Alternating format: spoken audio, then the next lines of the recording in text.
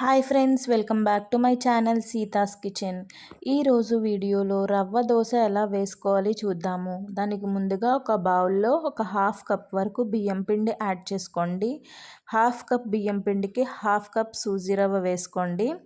And next 1/4 cup వరకు మైదా వేసుకోండి. మైదా ప్లేస్లో గోధుమ పిండి అయినా వేసుకోవచ్చు. నెక్స్ట్ ఇప్పుడు క్యారెట్, ఉల్లిపాయలు అండ్ పచ్చిమిర్చి సన్నగా తరిగినవి ఇప్పుడు ఒక్కొక్కటిగా యాడ్ చేసుకుందాము. సో ఇవి వేసుకున్న తర్వాత కొంచెం జీలకర్ర వేసుకోండి. జీలకర్ర కొంచెం వేసుకోండి. మీరు కావాలంటే అల్లం కూడా వేసుకోవచ్చు అండ్ జీడిపప్పు కూడా వేసుకోవచ్చు.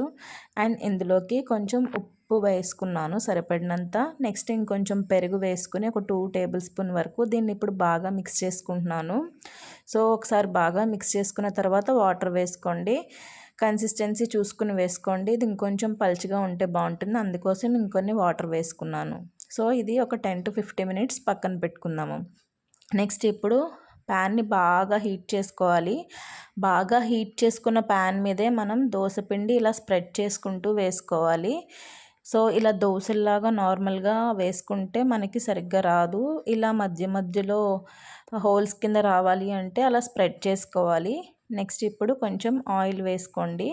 సో ఆయిల్ కూడా ఎక్కువ వేసుకోకండి, కొంచెం వేసుకుని దోశ అంతా అన్ని సైడ్స్ ఫ్లిప్ చేసుకుంటూ మనం బాగా కాలేలాగా ఫ్లేమ్ని హై ఫ్లేమ్ మీద అడ్జస్ట్ చేసుకుని దోశని బాగా కాల్చుకోవాలి.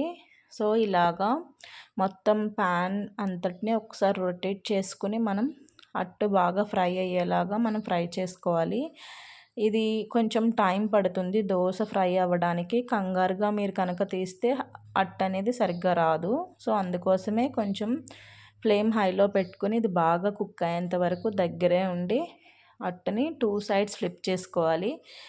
సో నేనైతే ఒక 5 మినిట్స్ పాటు హై ఫ్లేమ్ మీదే దగ్గర ఉండి మనం కాల్చుకోవాలి. సో ఇలా చూస్తున్నారు కదా, ఇలాగా బాగా ఫ్రై అయిన తర్వాత ఇప్పుడు మనం సెకండ్ సైడ్ ఫ్లిప్ చేసుకుని మనం ప్లేట్లోకి తీసుకుని ఎంజాయ్ చేయడమే. ఇలాగా మిగిలిన దోశలన్నీ కూడా మనం వేసుకోవాలి.